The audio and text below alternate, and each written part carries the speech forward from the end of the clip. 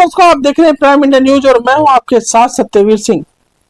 चलिए हर रोज की तरह आज फिर आपको दिखाते हैं ये धार्मिक कथा।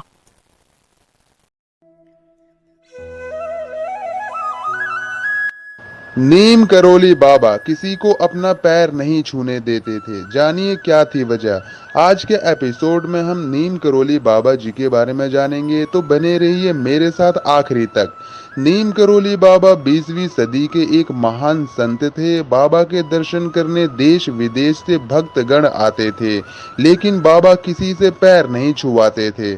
नीम करोली बाबा उन आध्यात्मिक संतों में शुमार हैं जिनके बारे में तमाम किंवदंतियां हैं। मूल रूप से उत्तर प्रदेश के फिरोजाबाद जिले अकबरपुर गांव के रहने वाले नीम करोली बाबा को उनके भक्त हनुमान जी का अवतार भी बताते हैं। उनके भक्तों में देश विदेश के तमाम दिग्गज शुमार हैं, जिनमें एप्पल के सीईओ स्टीव जॉब्स से लेकर हॉलीवुड की दिग्गज एक्टर्स जूलिया रॉबर्ट्स तक शामिल हैं। नीम करोली बाबा भले ही दुनिया में ना हो, लेकिन उनके आश्रम कैंची धाम में अब भी भक्तों श्रद्धालुओं का वैसा ही मजमा लगता है। बताया जाता है कि कैंची धाम की स्थापना बाबा ने साल 1964 में की थी। स्टीव जॉब्स भी जा चुके हैं कैंची धाम। एप्पल के सीईओ स्टीव जॉब्स सन 1973 में भारत की यात्रा पर आए थे। कहते हैं कि जॉब्स संन्यास लेने का मन बना चुके थे, लेकिन कैंची धाम पहुंचते ही उनकी सोच में बदलाव आ गया। दरअसल वह नीम करोली बाबा के दर्शन करने पहुंचे थे, लेकिन बाबा का देहांत हो चुका था।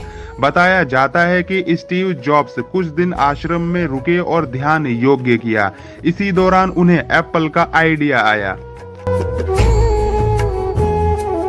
नीम करोली बाबा के आराध्य थे हनुमान जी। कहा जाता है कि नीम करोली बाबा को 17 साल की आयु में ही ईश्वर का साक्षात्कार हो गया था। वे बजरंग बली को अपना गुरु और आराध्य मानते थे। नीम करोली बाबा ने अपने जीवन काल में करीब 108 हनुमान मंदिरों का निर्माण करवाया। लाखों फॉलोअर्स के बावजूद वे अंडभर से दूर रहना पसंद करते थे और एक आम इंसान की तरह रहते थे।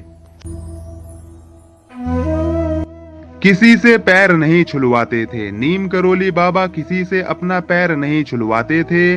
जो कोई भी भक्त बाबा के पैर छूने के लिए आगे बढ़ता था, वो उसको रोक देते थे। वो कहते थे कि मेरी जगह हनुमान जी का पैर छुओ, वही कल्याण करेंगे।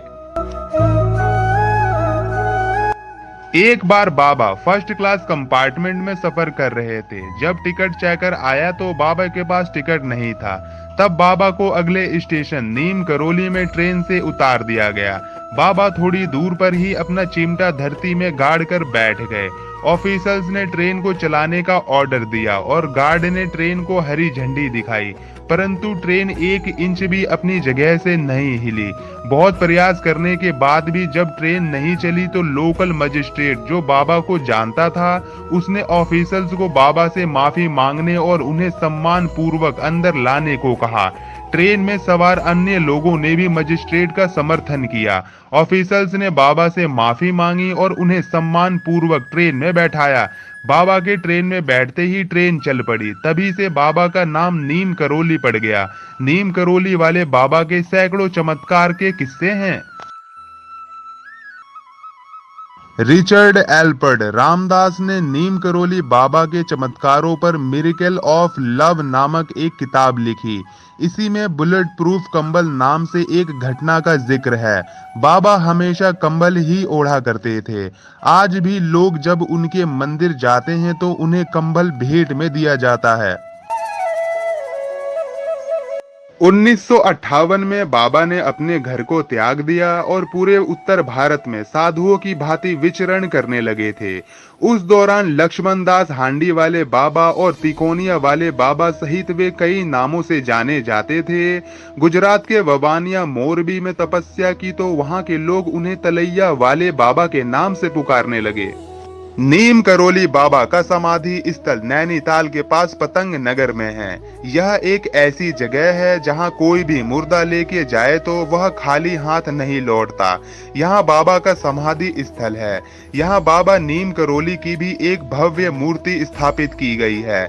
यहां हनुमान जी की मूर्ति भी है।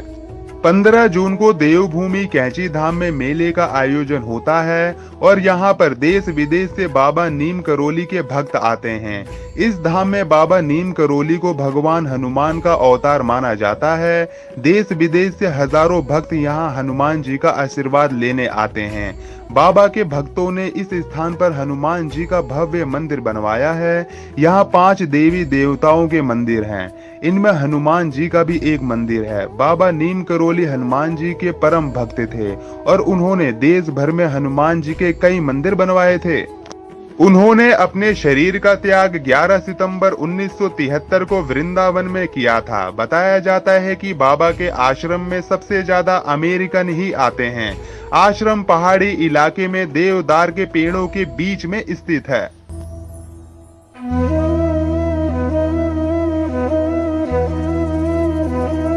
तो दर्शकों, ये थी आज की धार्मिक कथा।